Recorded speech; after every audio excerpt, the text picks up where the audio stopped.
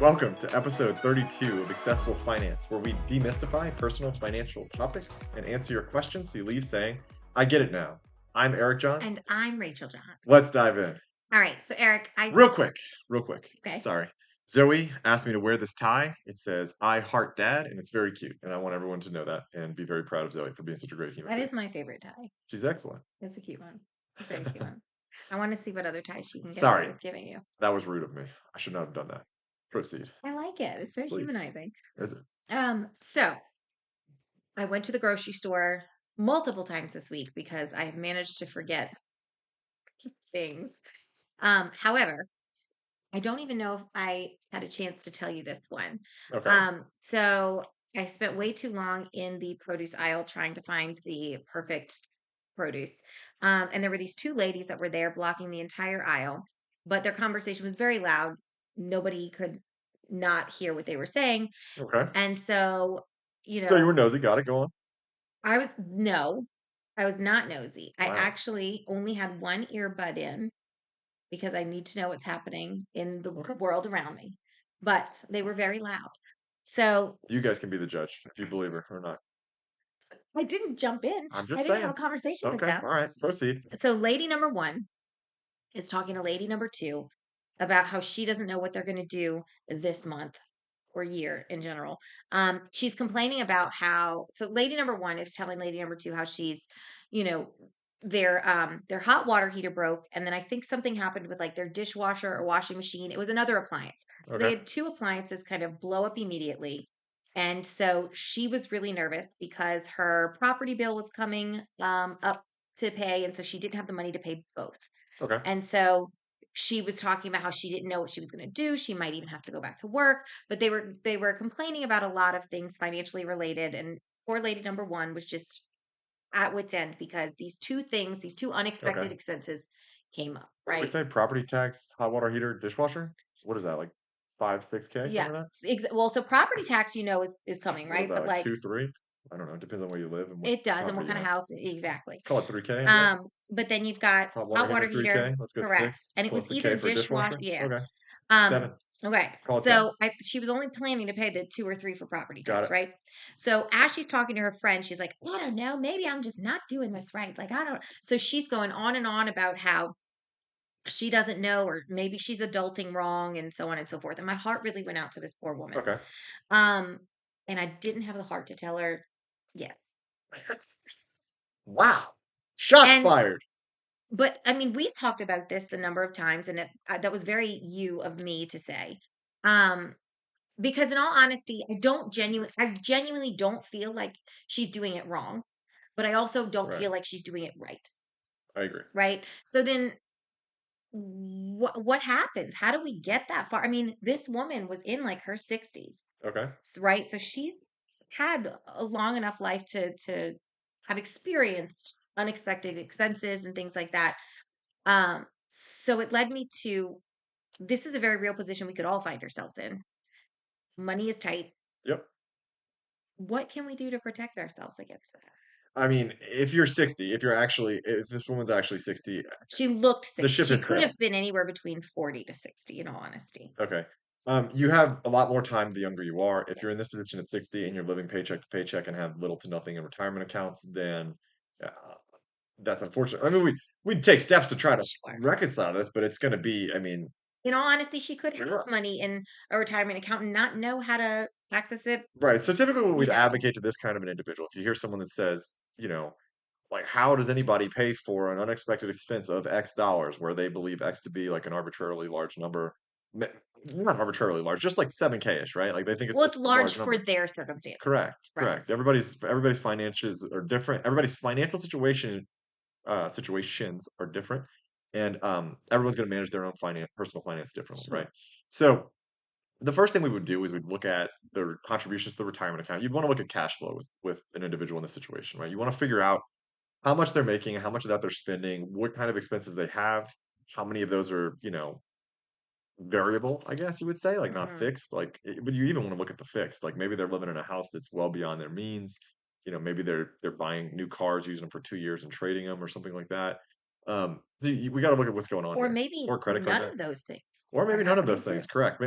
maybe they're just unsure of the value of not deferring everything into a retirement account. So sometimes you'll see people that are deferring, 20% of their salary or so Yeah. into a 401k, which is great for when they retire. And actually, it would be decent in this case if were actually 60, she could already withdraw. Sure. But it Um, is hard because I think it's important to distinguish, like, not all saving is created equal. Just because you're stocking away money doesn't mean that where you're stocking away or how you're doing it is optimal for you right now. Correct. So what you'd first do is you reduce your deferrals to the match while you accumulate an emergency fund. And look, there will be the retort. What if I just don't have enough? What if I'm already deferring nothing, not Yeah. even the match, and I still don't have enough money? Uh, Unfortunately, that's sad. Like, there's not a lot we can look at your budget, right? But like we can't conjure more money for you.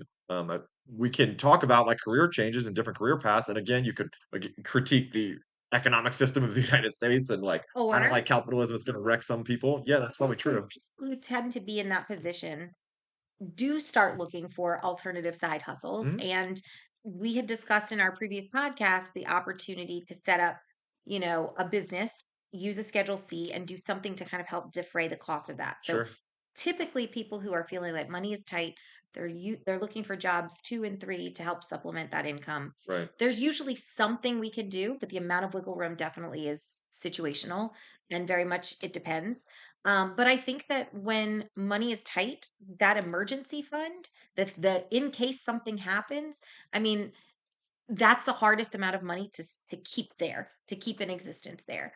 And so I think it's really important to reiterate kind of why it's important, what you can do with it, all of that stuff. So first, Eric, can you like you talk about emergency fund? I think we all kind of in theory understand what it is, but like what exactly is an emergency fund? Yeah, it sounds like in this scenario, rubber actually met the road, Yeah. and there was no And there wasn't an emergency fund, emergency right? fund, So correct? emergency fund should be, on average, like it should be 3 months of your expenses of your monthly expenses, right? So if I spend 5K a month, we should have an emergency fund of 15,000, excluding current checking account balance, which should probably have another month. So really, you're gonna have like 4 months. Does that make sense? Now, do you think that changes depending upon Sources of income, yes. correct? Two sources of income is when we say 3 months. Uh, if you have one source of income, just Yeah. as you're single or only one spouse is employed, then you'd want around 6 months. As a rule these are rules of thumb. It depends on a lot of things. And again, we're basing it off of your monthly spending. So if you don't know what you're spending monthly, we're gonna have to That's figure that step out first. one. That's Yeah. step one. And Okay. that should always be step one. If you find that money is tight and you haven't looked at your cash flow, Right. that's where I would It start. also depends heavily on your profession. So Yeah. one of my good friends, Greg Voitinek, works with writers in California. Well, Mhm. he's based in California, but he works with writers. Okay, and he was telling us that their income is so volatile Volatile. that they might work for 6 months making just lots of dollars, and then be out of work for 2 years. So they need huge emergency funds. He would Yeah. argue that 6 months is nowhere near sufficient for them. That's a So great it's point. an individualistic, Yeah.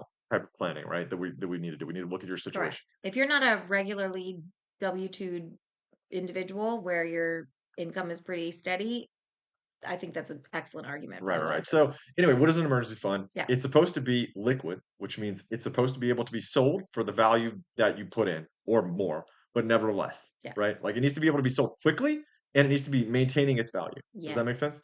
So, How awful would it be if you put like $1,000 into an emergency fund and then you went to withdraw it and you invested in the market and now it's 300? right, That would be exactly. pretty That feels terrible, horrific. right? It's going to feel terrible. You're going to Say, be this is not your risky yeah, investment. you're going to be completely disenfranchised from, investing forever, or you're never going to want to do it again. And Correct. I don't blame you Yeah. at that point. So, emergency fund, highly liquid. We're talking like a high yield savings account or a money market fund within a brokerage. Okay.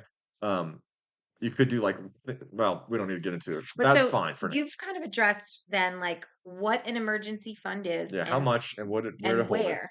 Yeah. Um, Why? who who should have an emergency fund? Everyone. There's no one you can think of who's like, If you have a pulse, you should have an emergency fund, unless you're like someone's child and they're yeah, just taking care of you, right? Like our kids should not have emergency funds. They're fine. I got it. right, But the dependents typically. correct. But I think that's a really important. Like it's easy to gloss over and be like, oh, okay, that's great. I think that it's very easy to sit there and assume that's not going to happen to me.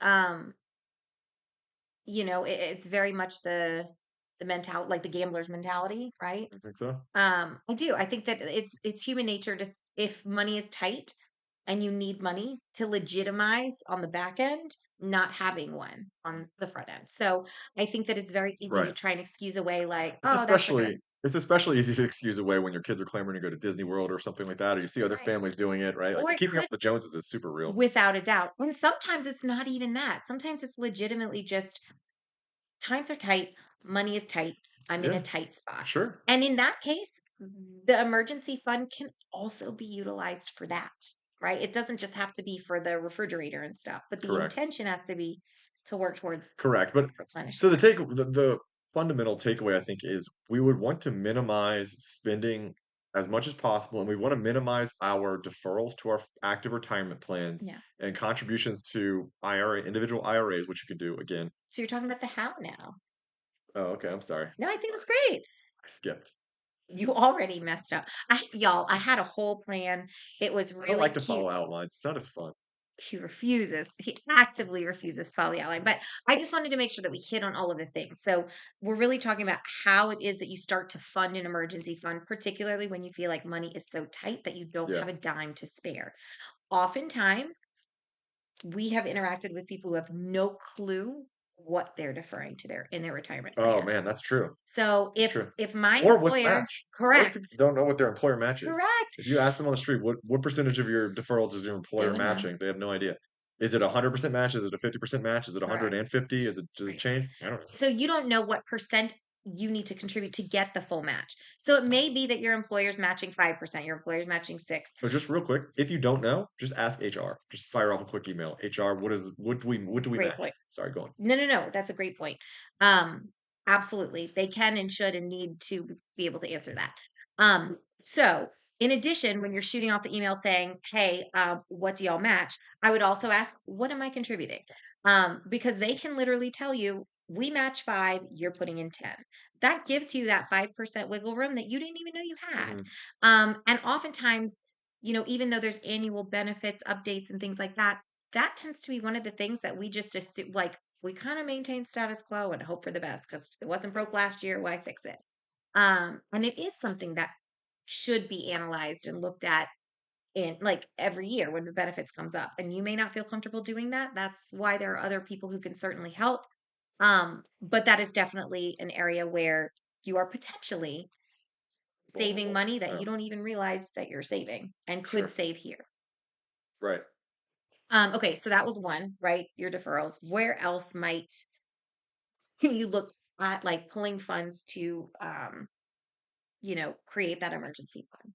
The IRAs, like if you're making IRA contributions, if you're making 529 contributions, this is very much a situation where you Oh put yeah, on we know your that. mask before helping your child when you're flying. That's kind of the analogy that we all use, right? You put on your own mask, which means save for your retirement, save for your current reality, rather than your children's potential, college attendance in the future, given that you can acquire college loans, like people don't know what's going to happen to education in 20 years, Correct. like or second, college education, Correct. And I post-secondary do think education. that part of it, like, there's a certain guilt that's associated with Right. that. Like, Yeah. I would say that, we have, I mean, your goal and your primary, like, fulfillment, oftentimes, if you're a parent, is being able to provide things for your kids or give them a better life than you had. And the goal is to continue that down the line.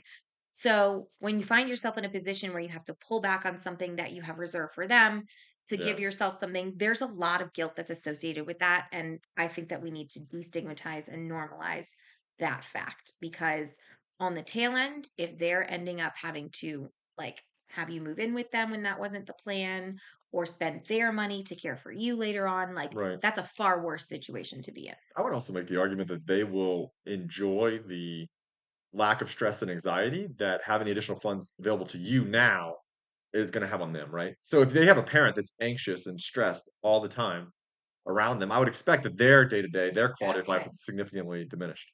You If disagree? no, Wow. I think if somebody was to listen to this, they wouldn't know which one of us has the psychology degree. I am I'm incredible. I agree. I'm very incredible. impressed right now. But I do think that's true. I think that it makes you just I mean, we talk a lot about the importance of oh my Ooh, God. that was close. That Oh, was close. I got it though, guys. We're good. we talk a lot about the importance of being able to sleep at night and just have peace of mind and be present in your day to day. I mean, the whole reason the financial industry exists is to allow you to enjoy and live your life. Correct. So if the financial industry is preventing you from enjoying and living your life, there's a problem. Right. And so I love that point that you made, and I think that being a present, mindful, like less stressed parent or adult with your children is going to be something that they're going to care about far more than the extra 500 being contributed to the 529. You heard it here first. I'm Rachel thinks very I'm impressed. smart. Well, Oh, selectively. so close. Well, we'll just update regularly. So We need to close. check it in. Okay, so then I think ultimately, I mean, I think we've established the importance of the emergency fund. So let's talk about why the emergency fund is a better alternative than having these expenses happen. Like than saying, okay, I don't know for a fact that my stuff's gonna break, right? Okay. So instead of just having this money sitting there, I can invest it or I can Well, I'm excited to do have this something else, conversation. right? So like, Can I challenge your premise? sure, Stuff's gonna break. You know that at some point in time you will need a new roof. That's a fact if you're a a homeowner. 1000% agree. Might be 40 years, but you're gonna need it. It's gonna be replaced, correct. Yeah. But I think that Your hot while water heater will break, your dishwasher, and your sink, okay, I think maybe that all at the while same time. we agree, I will say we've had a lot of experience with various things breaking. Since being in our house, Yeah, let's see, we moved into the house in 2011. right. Since being in our house, we have had to replace the dishwasher, oven, microwave, refrigerator, roof, Right. air Ida. conditioning, ceilings, like Right. everything. The hurricane didn't But also, help. like your car, you're eventually going to need to replace your car We've in done sometime in that. your lifetime, right? Like Well, 10, exactly. 15 years, Things are 20 years, going to maybe. break. I think that there is still going to be a mental, like, despite what we say, You're right. there You're will right. still be No, people I out agree. there who believe that maybe they don't believe it's never going to break. They might just believe it's not going to break for a few This year, years. yeah, yeah, yeah. So I don't they need to. may say, I'm I'll going do to it let it tomorrow. ride. Yeah, yeah. Right. So they may be more um, It's like risk starting the inclined. diet. Start it tomorrow, Yeah. right Well, after these chili cheese so dogs. They're I delicious. think it's important to go down that route of we now have this lady in the grocery store. Yeah, She didn't have an emergency fund. So sure. what are her options? Like when you don't have an emergency fund to plan for these things, what is your recourse? It's rough. So typically, you're going to be taking things like short-term loans, aka credit card loans, right? That's And your 20+% interest that you're paying to somebody else instead of generating 5.25 risk-free paid to you. So you want to be on the receiving end of the interest rate, not paying end. Mhm. And what's unfortunate too is that when you're on the paying end, it will always, always, always be higher, right? Than you Yeah, would be receiving. because they have the power to do it. I guess if you're locked into a 30-year mortgage, like yada yada yada, like okay, cool, you got like a 3% interest rate, you're locked in for 30. But unless you have a long-term, extended duration, fixed yield, a fixed rate mortgage, then you're probably going to be in a much worse situation when you're paying it. So you want to be receiving interest, not Mhm. paying interest. And then It's a it's tough important spot. to note that when you are paying down your credit card bill or the principal and the interest and all of the Puts even more stress amount, on your cash flow. It's already tight. well, You can't save as that much. prevents you from being able to reestablish the emergency fund that you Yeah, it didn't makes have in the everything more first difficult. place. So it just It it snowballs starts in the opposite direction that you exactly really want to be going. correct. And so while there are certainly options to get out of that hole, it should be a really big wake up call that something's got to change. And you may not know what it is or where to start or how to start. And it may feel impossible, like there's no wiggle room. Right. There may be less wiggle room for some than others, but I don't think we've ever interacted with someone where there was none. I Correct. think we I have think that's a fair always assessment. come out with, Yeah, that's a fair statement. yeah, I would also say that, like, I mean, there are things that are just rough about, American society. Like one of the things, and I'm not trying to, be like a super empathetic human being here. I like to believe that I am a little bit, but it's I love dad tie. It's bringing it out in it you. really is. Zoe's great. That's what it is. Zoe is That's very what it empathetic. is. She would be proud. She is. The point that I was gonna make though is it's just unfortunate that like if you're single in today's society, you are not enjoying the economies of scale that would Yes. exist, otherwise, right? Like so if you're married, for example, you have one expense for rent, which is gonna be one of the largest expenses that Yeah. that Americans pay monthly, right? One Hmm. expense for rent. You're gonna be able to share food. You're gonna be able to cook meals that you could at At larger large and scales. yeah, larger Costco's scale. an option. Right. If you're single or you're by yourself, then like, what are you gonna do with a 50 pack of toilet paper? Yeah. Are No, you no, gonna like store it for? there are a number of things, there are a number Yeah, of benefits to, being married, being in a relationship with another human being. that's a really, really good point. Not the least of which is I'm not saying you should always do this just because it's financially makes sense. I'm just saying it's like for we get it. sure. Like we get it. Like, if you're single, like you just might not be able to afford as much. Like that's It's just tighter. a fact. Like it's an unfortunate reality that you might just Right. have to come to terms with. But there are definitely things that can happen Yeah, now. you still make optimal Correct. changes. There's no reason not to And I think optimize. it's important. You had mentioned the snowballing in the wrong direction. I think Right. it's important to see the silver lining of the fact that if you're in a position, the younger you are, the better it is because you've got more time horizon there. But if you're able to make smart decisions now, even if they are with the smaller wiggle room because you don't have as much, Mhm. that can snowball in the right direction. And so people who have a tighter situation or feel behind the starting line now don't have to stay that way if smart decisions are made consistently. Right. Despair is not the answer. That's not going to fix anything, right? So you just try to make the optimal decisions that you can make Mhm. at the point in time that you start making them. Correct. And then Better late than also, never, right? You always want to start. correct. And I think again going back to cash flow and constant reflection on what those expenses are and where you might be able to cut some of those expenses too. We've also worked with clients where we've looked at various insurance plans and we've had a handful of clients who were underinsured, but we've had a lot of them who were significantly overinsured and didn't even Correct. realize that. Right. So sometimes what you've accepted as the reality of what you're paying for your home insurance, your car insurance, etc. Yeah, it might not have to be. Correct. Um, at the same time, you don't want to cut everything back and then end up being underinsured. Right. We don't want to swing too far in one end of the spectrum. But um, I know for me, the biggest stressor, I mean, one of the biggest stressors, I think, if I would be by myself, is that you don't even have a thought partner to talk through this with, right? Like I would imagine that having somebody else look at the huge decisions that you're making with all the stress that you have um, feels really important. And so there are people Yeah, who are available to do that. absolutely. All right, guys. Hope you enjoyed today's episode. If you did, please review the show. If you have any topics you would like discussed or financial problems you'd like solved, reach out to us at podcast@equilibriumfp.com or visit our website, equilibriumfp.com. Thanks. Till next time.